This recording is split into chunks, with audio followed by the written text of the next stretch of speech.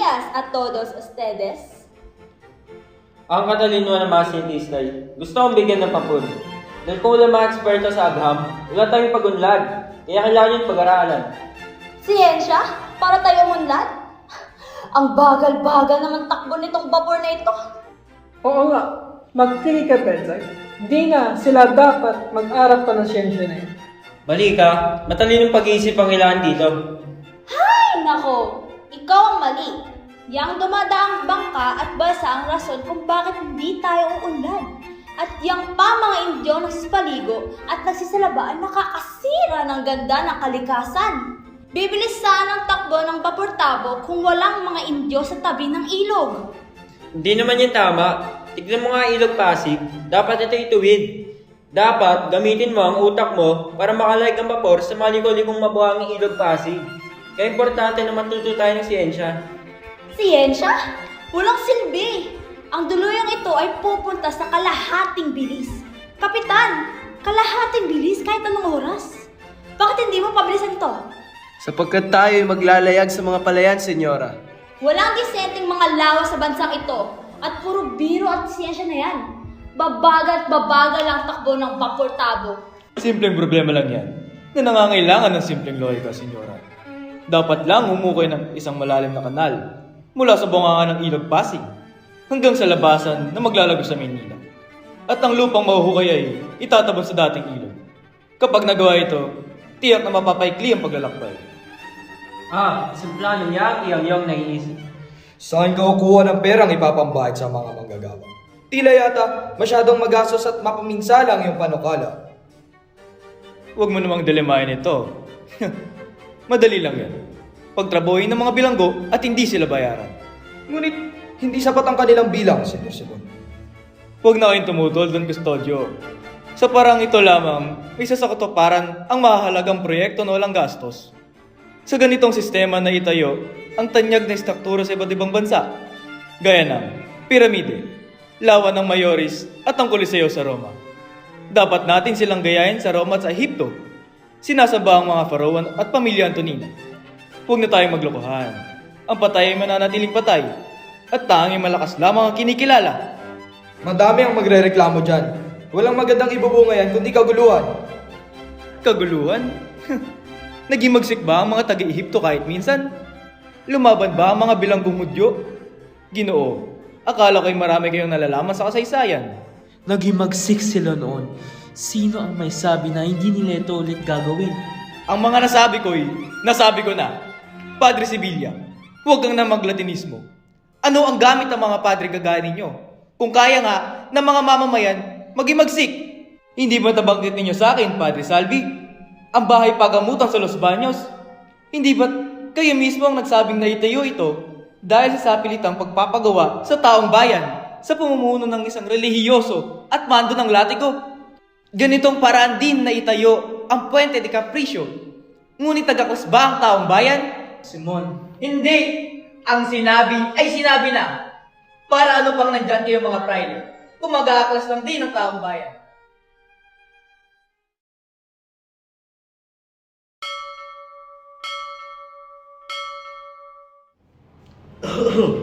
Ano nga palang sabi ng amain mo tungkol kay Paulita?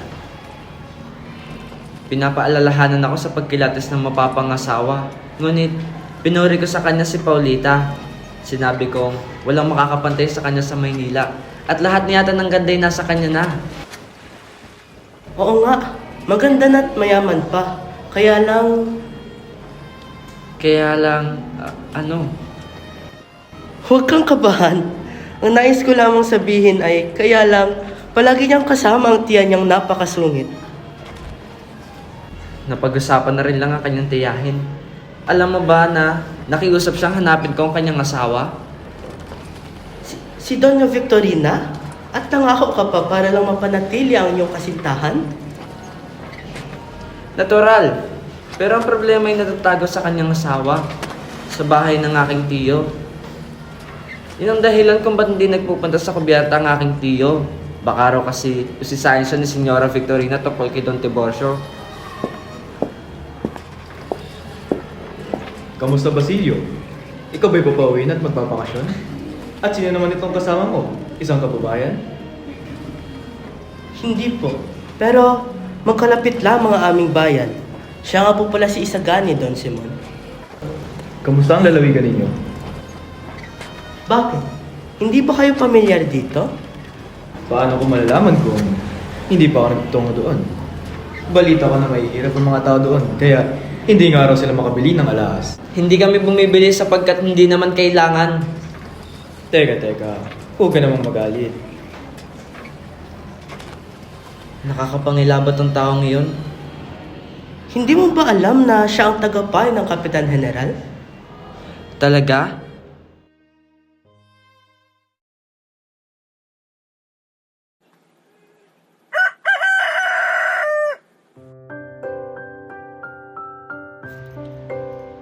Kuya, maaari po ba na mag-aral din ako sa Maynila kagaya mo?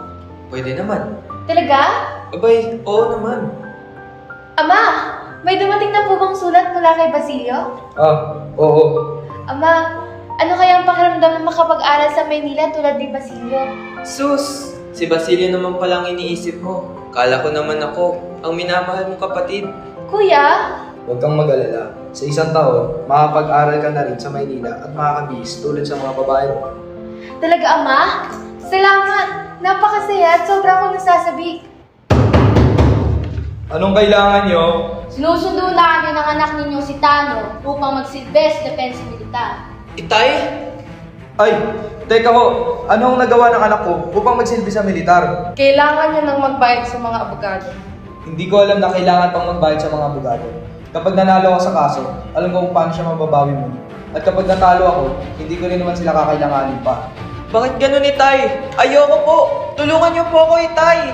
Kuya, Itay, anong gagawin natin? Alam ko namang tanging si Huli lamang ang mahalaga sa bahay na ito. Itay? O manin, huli.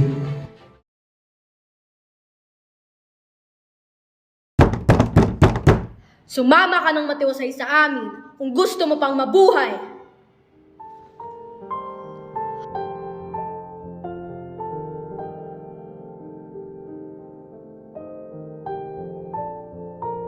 Ano po ang gagawin natin, Lolo? Natatakot po ako para kay Itay. Sa tingin ko ay kailangan natin manghingi ng tulong sa Gobernador Silio, sa Hukom, sa Eskribador at sa Tiniente ng Guardia Civil kung maaari. Ibenta mo ang mga natitira sa'yo na gamit. Sadyang napakalupit ng tadhana para sa atin. Paano kung hindi pa sapat ito upang ipangbayad sa mga tulisan? Maaari nang matapos ang palugit nila sa atin ng 2 araw. Kung hindi ay, pupugutan nila si Itay. Hayaan mo, Iha. Huwag kang mawala ng pag-asa.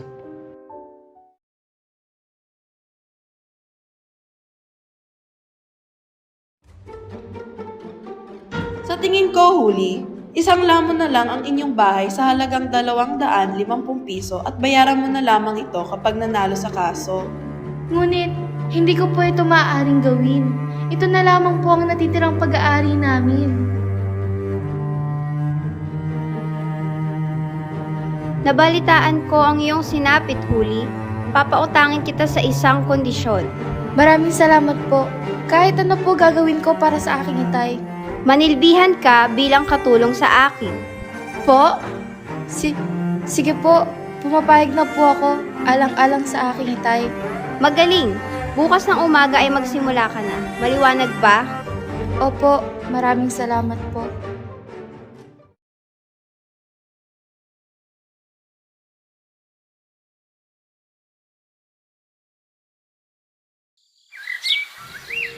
Kamusta na, inay? Matagal-tagal na rin po 13 taon na rin palang nakakaraan. Pero sariwa pa rin ang lahat dito sa isipan ko. Matagal na, ngunit ramdam na ramdam at naalala ko pa rin ang sakit na dulot ng nakaraan. Marami na ako nasuri ng mga bangkay at nakitang mga tao na ngaagaw buhay. Hindi ako dapat matakot, pero marami na ring bali-balita tungkol sa lagim ng gubat na ito. Senyor, maaari ko po ba kayong matulungan? 13 taon na ang lumipas, Magmula nang gawan niyo ako ng paglilingkod. Inilibing ninyo ang labi na aking ina, kung inyo pang naalala. Kaya aking ikalulugod kung pahihintulutan niyo ako na tulungan at paglingkuran kayo. Sino ba sa tingin mo? Sa tingin ko po ay isa kayong napakadahilang tao. Isang taong patay na sa karamihan, maliban sa akin. Isang patay na nakatanggap ng kabiguan na labis kong pinagdadalamhati. Basilio, ikaw ngayon ay nagmamay-ari ng isang lihim na maaaring magdala sa akin sa kapahamakan.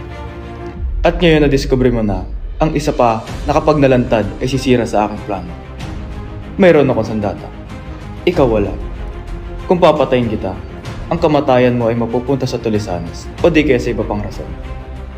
Pero, hindi kita papatayin. Ika'y aking iiwang buhay. Naniniwala ako sa'yo, kaya't huwag mo kong traitorin.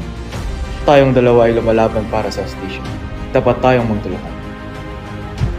Kung gayon ay, nagkamali pala ako ng pagkakakilala sa inyo.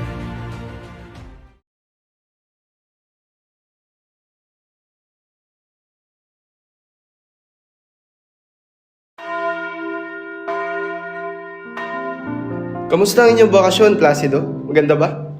Maayos lang naman. Ikaw? Maganda rin yung sa akin. Kilala mo ba si Padre Camora? Maraming magagandang babae sa bahay nila. Walang bahay doon na hindi namin binisita. Natagpuan ko pa nga ang iniibig ni Basilio. Kakaiba rin si Basilio.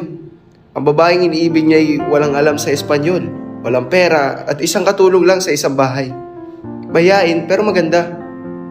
O siya, may gagawin pa ako. Paalam. Ah, talaga? Wala naman sa inyong nakikinig. Mga tampalasan! Huwag kang tumingin sa kanila. Tumingin ka lang sa lupa, iha. Opo, tiya. Abay, bilasan mo ang iyong paglalakad. Oh, anyari sa'yo? Wala. Halika na. Makukulito tayo sa klase.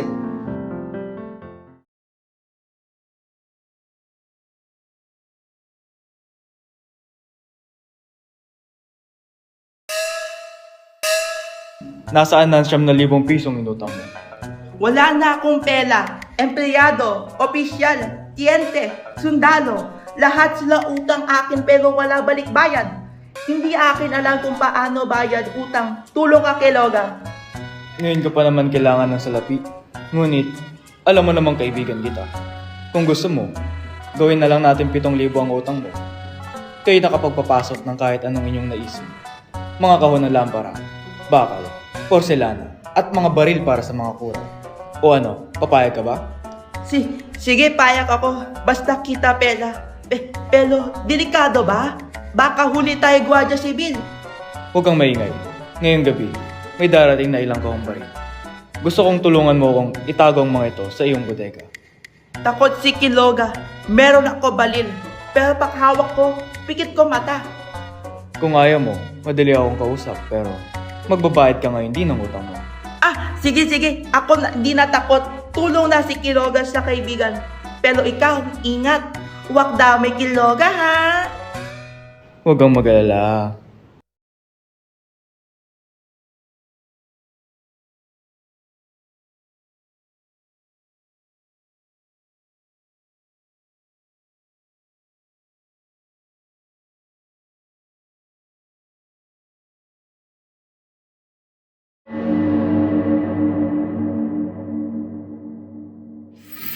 Pelaez, sino yung magandang babaeng kasama ni Doña Victorina? Si Paulita Gomez, pamangkin niya. Ang ganda naman ng dalagang yan. At kasintahan pa niya ang estudyante ko.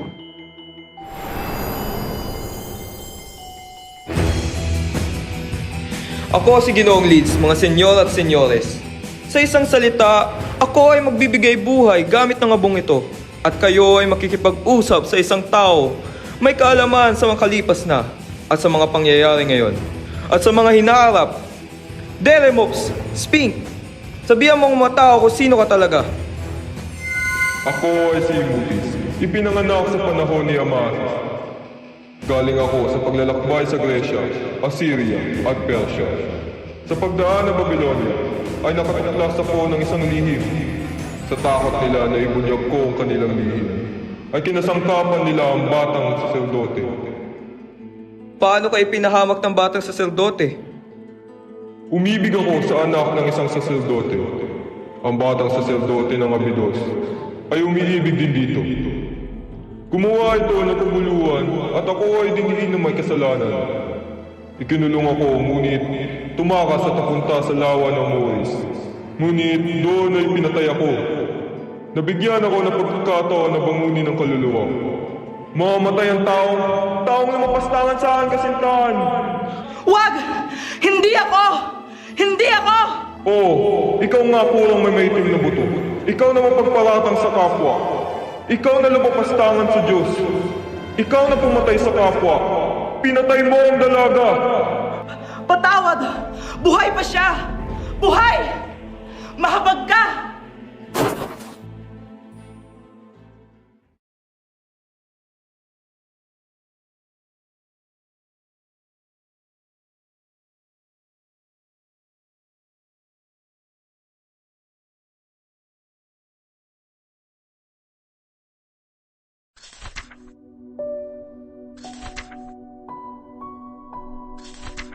Kamusta na si Kapitan Tiago? Mahina na ang pulso. Walang ganang kumain. Kumalat na ng tuluyan ang lason sa kanyang katawan. Parang Pilipinas. Habang tumatagal, lalong humihina. Napansin kong hindi mo binabasa ang librong ibinigay ko sa'yo. Wala kang pagmamahal sa iyong bayan. Senyor! Huwag na. Sa loob ng isang oras, magsisimula na ang himagsikan. At bukas ay wala ng mga universidad. Wala na rin ang mga mag-aaral. At magpapahirap. Naparito ako dahil sa dalawang bagay. Ang kamatayan mo o ang iyong kinabukasan. Sa panig ng umaapi sa iyo o sa panig ng iyong bayan. Hindi ko alam. Magpasya ka. Anong nararapat kong gawin? Pamunuan ninyo ang isang pangkat at salakayin ang kumbento ng Santa Clara. At doon ay ilalabas ang isang taong maliban sa inyo at kay Kapitan Tiago, ang nakakaalam si Maria Clara. Senyor Simon, huli na kayo. Patay na ho si Maria Clara. Patay na? Hindi maaaring mangyari yan. Yan ay sinungalingan. Ika-6 ng hapon nang siya ay mamatay. Naparoon ako sa kumbento upang makibalita nang sabihin nila sa akin ang lahat. Narito ang isang liham ni Padre Salvi na dinala ni Padre Irene. At dahil na rin sa sulat na ito, kung kaya't nahihinagpis ngayon si Kapitan Tiago. Namatay o pinatay ng mga walang awang praile na yan. Namatay nang hindi man lang kami nagkikita. Hindi maaaring. Senyor Simon.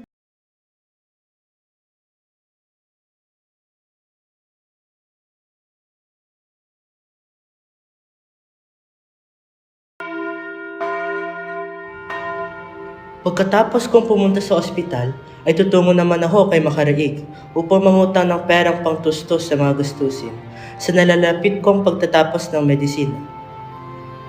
Tila ata kakaibang kinikilos ng mga tao. Ginoo, may alam po ba kayo sa planong paghihimagsik ng mga estudyante? Wala akong nalalaman at kinalaman sa mga sinasabi mo. Mukhang hindi ito natuloy. Maraming mga mag-aaral lang na sangkot. Mabuti pa't sunugin mo ang lahat ng kasulatang may kaugnayan sa paksang ito na meron ka upang hindi ka madamay. Basilio, nasa hapon ka pagkagabi? Wala ho. Ako'y inimbitahan, ngunit hindi po ako nakapunta sapagkat kailan kong bantayan si Kapitan Tiago. Mabuti na nga rin at hindi ka dumalo sa piging. Basilio, pilitin mong lumayo sa mga mag-aaral na may kinalaman sa akademya. Umuwi ka na at sirain ang lahat ng papeles na maaaring magsangkot sa iyo. Kasama po ba si Senyor Simon sa mga napagbintangan? Hindi. Subalit, siya ay sinaktan ng isang di kilalang tao.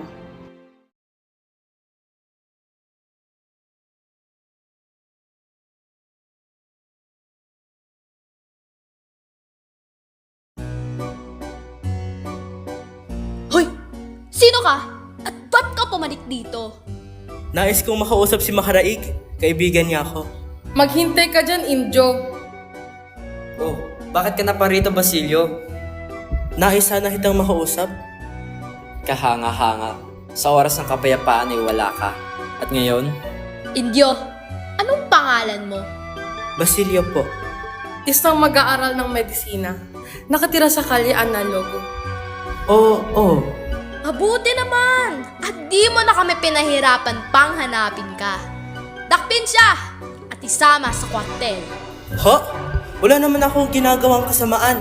Anong dahilan at ako iyong dadakpin? Huwag ka nang umalma pa. Sumama ka na lang. Doon tayo mag-usap sa karwahe ko. Kikwento ko na lang ang lahat na nangyari. Ha?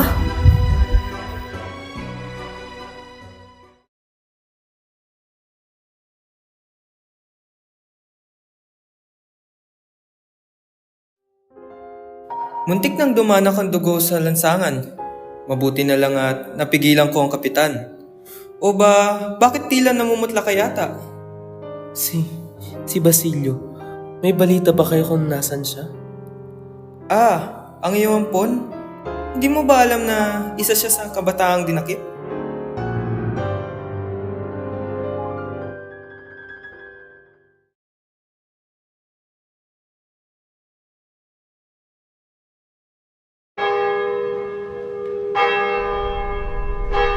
Ano po ang narinig ninyo, Hermana Bali? Nahuli po ba si Basilio? Oo, nandun siya sa kwartel. Kasama ng iba pang mga kabataan na nag-aklas. Hindi maaari. Patay na si Kapitan Tiago. Sino na ang makatutulong kay Basilio? Si Padre Camora. Hindi ba tinulungan niya ang lolo mo? Malawak ang impluensya niya. Humingi ka ng tulong sa kanya para kay Basilio. Tutulungan kita kapalit ng... Maawa ka po sa akin. Hindi maaari.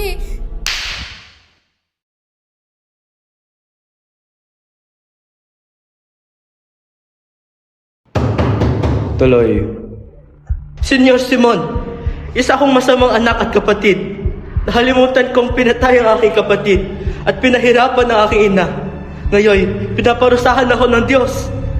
Wala na akong nararamdaman kundi galit at paghihiganti. Kahit noong may himagsikan ay hindi ako nakialam. Nabigo sila at ako'y nakulong kahit wala akong kasalanan. Iyon ang parusa sa akin. Narito ako sa labas ng dahil sa inyo. Handa na ako ipagtanggol ang bayan. Iniwan ng minamahal at nilapastangan ang walang sala. Nabigo ang kilusan ng dahil rin sa akin. Urong-sulong ang aking mga desisyon. Dahil umiibig pa ako noon. Ngayon patay na ang aking puso. Wala nang dahilan para umatras. Pareho na tayo ngayon. At sa tulong mo, ako'y magtatagumpay.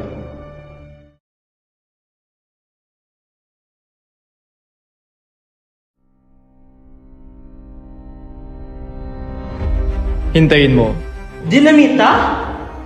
Oo, ngunit hindi ito basta-basta dinamita. Ito ang mga nakasawiang na imba, mga kagawiang walang katwiran at mapangapi. Ngayong gabi, makakarinig ng pagsabog ang Pilipinas at mapaparusahan ang makasalanang hindi magagawang parusahan. Mamayang gabi ay magkakaroon ng pista. Ilalagay ang lamparang ito sa gitna ng handaan. Napakaningning ng liwanag na nabibigay nito, ngunit pansamantala lang. Pagkaraan ng 20 minuto, mawawala ang ilaw ng lampara. Kapag inayos ang mitsa, sasabog ang bomba. Kung gayoy, di na pala niyo ako kailangan. Iba ang iyong gagawin.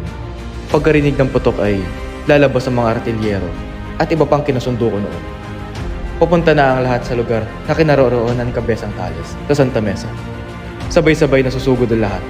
Magkakagulo at ang mga mayayaman ay nanaisin ring lumaban. Ikaw ang namumuno sa iba. Dalhin mo sila sa bahay ni Quiroga.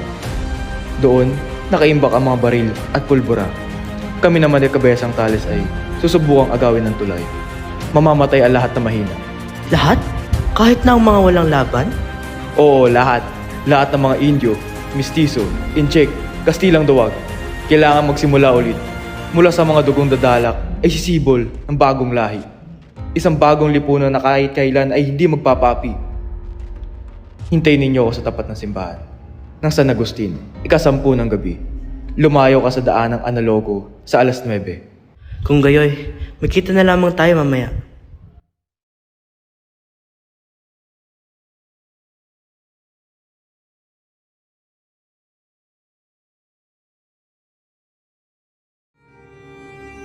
At dahil sa paghihiganti na binalot sa puso ni Simon, ang kanyang plano ay tila magbabago.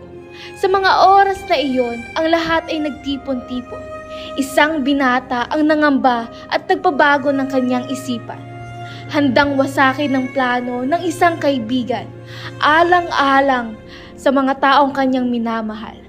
Binalaan ni Basilio ang kanyang kaibigan at nagmamakaawa na makapasok sa bahay na pinagdidiriwangan. Ano ito?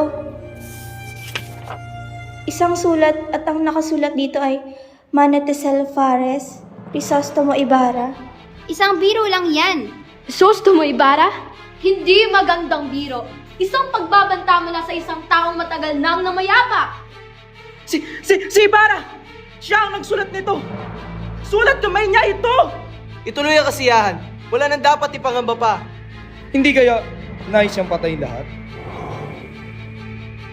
Padre Rine, pakitaas na lamang ang mitsa.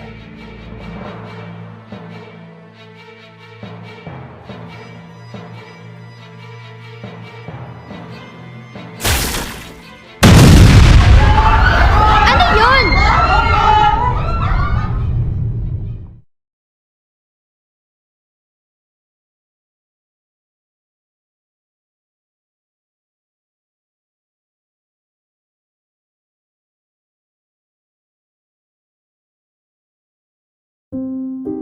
Dahil sa nangyaring pag-aaklas, nabigo ang plano ni Simon na pasubugin ang bahay ni Kapitan Tiago at patayin ang mga sangkot sa maling pagpapalakad ng bayan.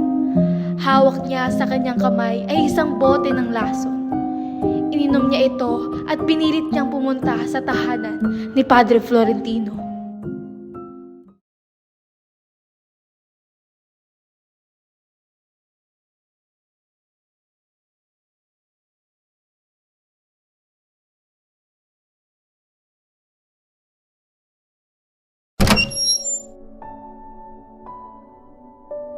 Matitiis ba ninyo ang paghihirap, Senyor Simon?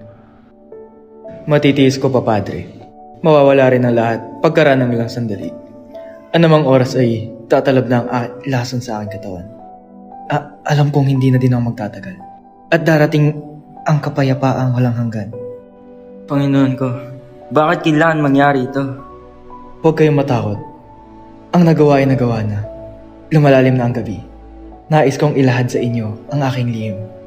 Pero, bago yan, ay may gusto lang sana akong itanong sa inyo. Ano yun, Senyor Simon? Totoo ba na may isang dakilang Diyos na gumagabay sa kapalaran ng sangkatauhan? May iba pa akong gamit na maibibigay sa inyo, Senyor Simon. May morpina, may eternal, at may chloroform. Huwag na kayo mag-aksaya ng panahon. Malapit na ang saglit na pamamaalam. Padre, tulungan mo ko. Ayokong mamatay ng may kasamaan. May nais akong sabihin sa inyo, Padre. Ang lahat ng mga pangyayari at katotohanan tungkol sa akin.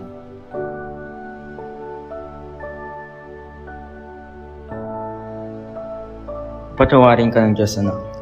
Tandaan mong, alam ni Bathala na may mga kahinaang tayong humihila sa ating pababa. Subalit, ang Panginoon natin ay Panginoong nakatunghay sa mga krus na ating dinadala rito sa material na sandaigdigang ating dinadalawan. Isang Diyos na makatarungan, Ginoong Simon. Isang Diyos na nagpaparusa sa ating kawalan ng pananampalataya, sa ating mga masasamang hilid at di gaanong pagpapahalaga sa kabutihan. Maraming salamat, Padre. Ngayon ay payapa ng aking kalooban.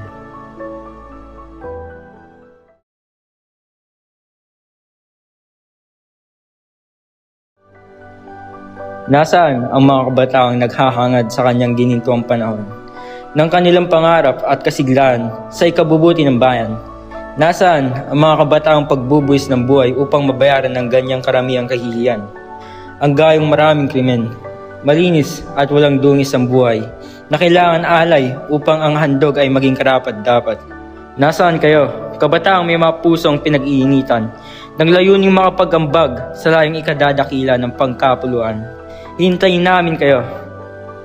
Ang kayamanan ang siyang ugat ng lahat ng kasamaan.